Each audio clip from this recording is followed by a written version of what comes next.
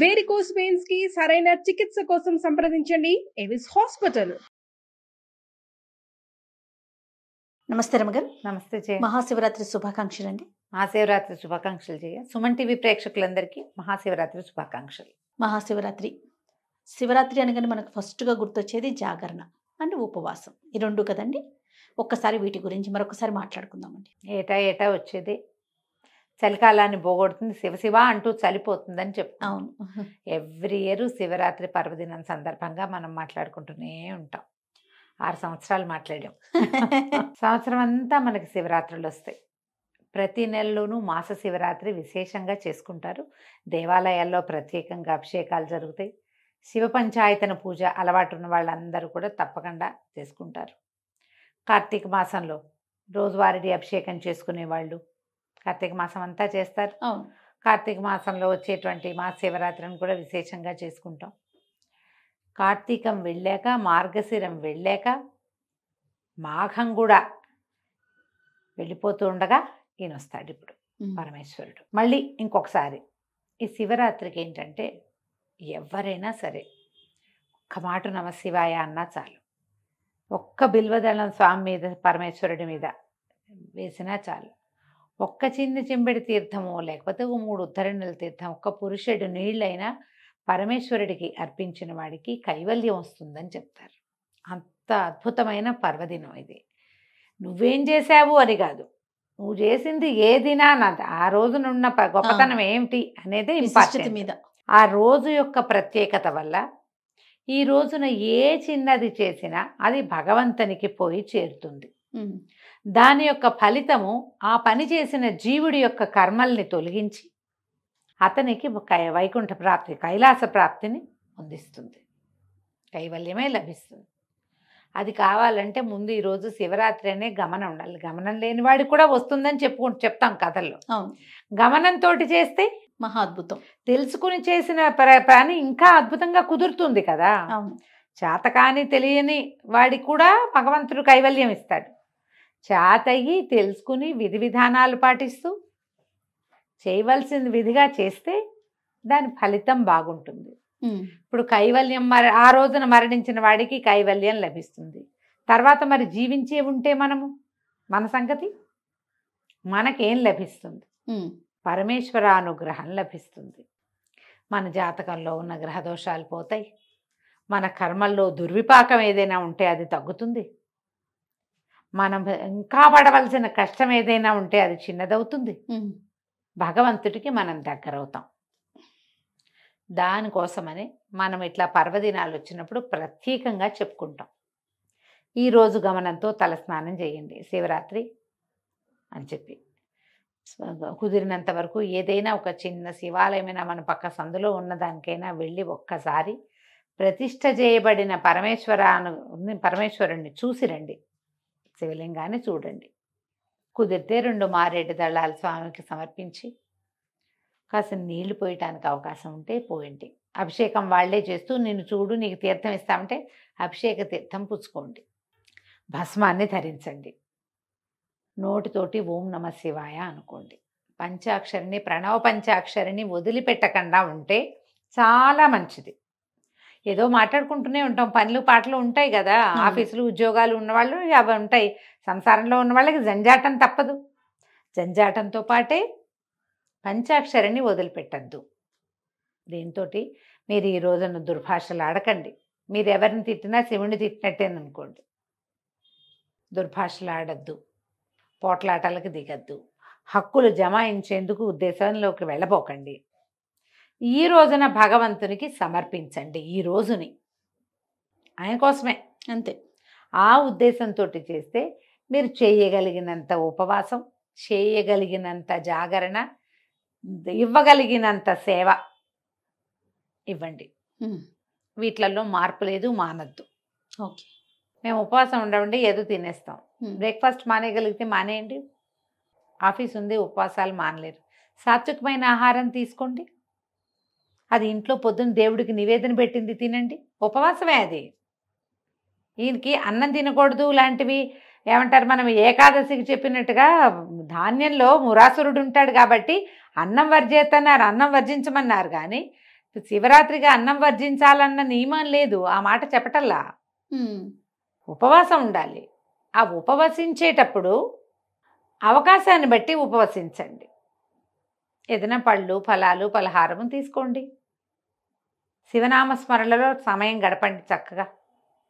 మీ అవకాశాన్ని బట్టి ఇంట్లో ఏదైనా అభిషేకం చేసుకునే అవకాశం ఉంటే చక్కగా చేసుకోండి. పక్క ఇళ్లలోనో వెనకింట్లోనో మీ వాళ్ళు మేము ఏకాదశి రుద్రాభిషేకం చేసుకుంటున్నానంటే వాళ్ళ ఇంటికి ఎవరెళ్తాడని మానేయకండి. వాడి మొహం మనకు గిట్టకపోయినా సరే పిలిచారంటే వెళ్ళాలి, తెలిసిందంటే వెళ్ళాలి, అలా పెట్టుకోండి. ఇదే మనం భగవంతుడికి ఇవ్వగలిగేదమ్మా. శ్రద్ధ, ఆస్థ ఆ రెండే ఇస్తాం, అంతకంటే ఏమో అక్కర్లా. అసలు ఆ రెండు ఇస్తే చాలు. ఎక్కడ అవకాశం ఉంటే అక్కడికి వెళ్ళండి. ఒక్కసారి వెళ్ళి అట్లా ఆ మంత్రం ఏదైనా మన చెవిని పడితే మనకు అర్థమైనా కాకపోయినా లోపల పేరుకునే మాలిన్యాలు పోతాయి. శివుడు అభిషేక ప్రియుడు, మనం ఎప్పుడు చెప్పుకుంటాం ఆ మాట. అలంకార ప్రియో విష్ణువు అభిషేక ప్రియ శివ. ఏం అక్కర్లేదు, ఒక చెంబెడు నీళ్ళే కావాలి. మీ చేత్తోటే పోసే అవకాశం లభించిందా మంచిది. ఈ ఉజ్జయిని అవి వెళ్ళామా జయ, ప్రతి చోట మేము ఎక్కడ మా ఇళ్లలో మేము మనమే శివలింగం మీద నీళ్లు పోయటం ఆడవాళ్ళకి సాధారణంగా ఇవ్వరు. ఇక్కడ శివాలయాల్లో కూడా నేను లోపలికి వెళ్ళి ముట్టుకోవటం అది నేను ఎప్పుడు చేయలే. శ్రీశైలంలోనూ అక్కడ స్పర్శ దర్శనం అవకాశం ఉన్న చోట మాత్రమే చేశాం, కానీ ఇంకెక్కడ నేను ముట్టుకునేదాన్ని కాదు. అక్కడ ఏ చీటి శివాలయంలోకి వెళ్ళినా సరే అన్ని శివాలయాలు ఓ ఇంత బుజ్జి రాగి చెంపిస్తారు వాళ్ళు. వారికి ఇవ్వండి అంటే అమ్మ మీరు కూడా తీసుకోండి నీళ్ళు పోయండి. పర్లి వైద్యనాథం వెళ్ళాం లాస్ట్ జనవరిలో, మనం చెప్పుకున్నాం వెళ్ళినప్పుడు. అదే మన షోలాపూర్ అవి కూడా వెళ్ళాము అప్పుడు. ఈ పర్లి వెళ్తే పెద్ద శివలింగం, వైద్యనాథ లింగం. నాన్న మా అబ్బాయి ఆయనకి ఇవ్వండి అంటే ఒప్పుకోలే. ఆ లోపల నర్చకుడు ఆయన నీళ్ళు పోస్తారు, మీరు పోయండి అమ్మా అని ఒక చెంబు ఇచ్చి అబ్బాయి అమ్మగారికి ఇవ్వు అని మా అబ్బాయితో ఆ చెంబు నా చేతికి ఇచ్చేదాకా ఆయన ఊరుకోలే. జ్యోతిర్లింగము చేతితో చేయకూడదు, మాకు శంకలు ఉన్నాయని నేను వెనక్కి ఉంటాను, ససేమిరా అన్నారు. పోయిండమ్మా ప్రణవ పంచాక్షరి చేసుకుంటూ వాళ్ళు రుద్రం చదువుతున్నారు, ఈయన చదువుతారు రుద్రం, అది నడుస్తుంది. నా దారిని నేను పోసుకున్నాను అనమాట నీళ్ళు. అసలు ఈ మొత్తం ఉజ్జయిన్లో ఏ శివాలయం లోపలికి వెళ్ళినా ఓ చెంబెడి నీళ్లు శివుడి మీద పోసి బయటకు వచ్చాం. వద్దంటే వాళ్ళు ఒప్పుకోలే. అక్కడ అలాంటి పద్ధతి ఉంది, మన దగ్గర ఆ విధానం లేదు. స్వయంగానే అభిషేకం చేసుకోవాలని అనుకోకండి. అవకాశాన్ని బట్టి మన దేవాలయాల్లో ఇక్కడ విధానం అర్చకుడిని అభిషేకం చేస్తారు. చూసి తరించండి అమ్మా చాలు, చూసినా చాలు. చూసి ఆ అభిషేక తీర్థం తీసుకుంటే అది కూడా సరిపోతుంది. మీ ఇంట్లో అవకాశం ఉంటే చూడండి, పక్కింట్లో దొరికితే లభిస్తే చూసుకోండి, లేకపోతే దేవాలయాలకు వెళ్ళే అవకాశం ఉంటే చూడండి. ఇవేవి లభించలేదు టీవీలో చూడండి, హాయిగా ఉజ్జయినితో సహా అన్నీ చూపిస్తారు. అవును, అన్ని జ్యోతిర్లింగాల్లోనూ దర్శనం వస్తుంది. చక్కగా కూర్చుని చూసుకోండి హ్యాపీగా. సాధ్యమైనంత తక్కువ భుజించండి, పూర్తిగా మానేస్తే మరీ మంచిది. మారేడు దళాలు దొరికితే వాటితో అర్చించుకోండి. రాత్రికి ఉపవాసం, ఇది లింగోద్భవ కాలం వరకు ఉపవాసం ఉండటం మంచిది. జాగరణ ఉండటం మంచిది. రాత్రి జాగరణ చేయాలంటే తెల్లవార్లు, అది లెక్క ఏమిటి, ఈ సాయంకాలం నుంచి రేపు పొద్దుటి దాకా అని కదా,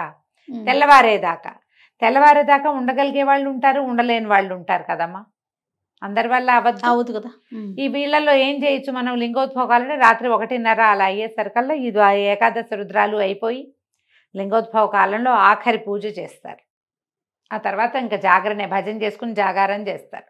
అప్పటిదాకా ఉన్నా చాలు. తెల్లవారేదాకా మీరు ఉండగలిగితే, ఇది వరకు ఏం చేశారు, ఒక టికెట్ మీద 2 సినిమాలు అవి చూపించేవాళ్ళు జాగారం కోసం. జాగారం చేసి మళ్ళీ ఇంకోసారి శివదర్శనం చేసుకుని ఉపవాసం విడిచిపెడతారు మర్నాడు. మీ అవకాశాన్ని బట్టి చేయండి. ఒకవేళ అర్ధరాత్రి వరకు ఉండగలమండి. ఈ రోజుల్లో అర్ధరాత్రి వరకు లేని వాళ్ళు ఎవరమ్మా, ఏదో ఓటీటీలు పెట్టుకుని చూస్తూనే ఉంటారు కదా. భూకైలాస్ లాంటి సినిమాలు ఏమైనా చూడండి, డివోషనల్ ఏమైనా చూడండి, ఉండలేను అని అనుకుంటే కనుక. ఉండగలిగారా, దేవాలయాల్లోనో మఠాల్లోనో పీఠాల్లోనో ఉన్నారా, మహత్తరంగా ఉంటుంది. ఎప్పుడు కూడా పర్వదినాల అవకాశాన్ని పోగొట్టుకోవద్దు. ఆ రోజున చేసేటువంటి చిన్న క్రియ కూడా మనని భగవంతుడికి దగ్గర చేస్తుంది, మన కర్మలు కొంత తొలగిస్తుంది, మన పుణ్యబలం పెంచుకోవటానికి, పాపక్షయం కావడానికి పర్వదినాలు ఉపయోగపడతాయి. ఆ రోజున ఈ గ్రహాల సంతులన అవన్నీ వేరేగా ఉంటాయి. లేకపోతే ప్రత్యేకంగా ఈ రోజు ఎందుకు, శివరాత్రి ఎప్పుడైనా చేసుకోవచ్చు కాదు అవును. కదా. పైగా ఇవాళ మన బర్త్డే అనుకో, సండే సెలబ్రేట్ చేసుకుంటున్నాం మనం, ముందొచ్చే సండే సెలబ్రేట్ చేసేసుకుంటాం, సెలబ్రేషన్కి కావాలి. పర్వదినాలు అట్లా కాదు కదా. ప్రత్యేకంగా ఈ సందర్భంలో, ఈ సమయంలో, ఈ గ్రహాలు, ఈ నక్షత్రాలు, ఈ చంద్రుడు ఇలా ఉండటం, సూర్యుడు ఇలా ఉండటం, ఇవన్నీ లెక్క కదా. ఉన్నప్పుడు మీకు ప్రకృతి అంతా అనుకూలంగా ఉందని కదా అర్థము. అలాంటప్పుడే మనం పూజ, మన ఉపవాసం అప్పుడు చేయాలి. కుదిరినప్పుడు చేసుకుంటాం, బర్త్డే లాగా, మ్యారేజ్ డే లాగా అనుకోవడానికి వీలు లేదు కదా. పర్వదినాలని సుసంపన్నం చేసుకోండి తప్పకుండా. మహాశివరాత్రి పర్వదినం సంవత్సరానికి ఒక్కరోజు వస్తుంది. ఈ రోజున మీరు చేయగలిగినంత దానం చేయండి, చేయగలిగినంత శివధ్యానం చేయండి, చేయగలిగిన దర్శనం చేసుకోండి, ఏది మానకండి. ఓకే. వీటిలలో అన్నిటినీ ఏదో ఒకటి కొంచెమైనా అవకాశాన్ని బట్టి చేసుకోండి. చేసుకోండి. రైట్. నమస్తే. నమస్తే జయ.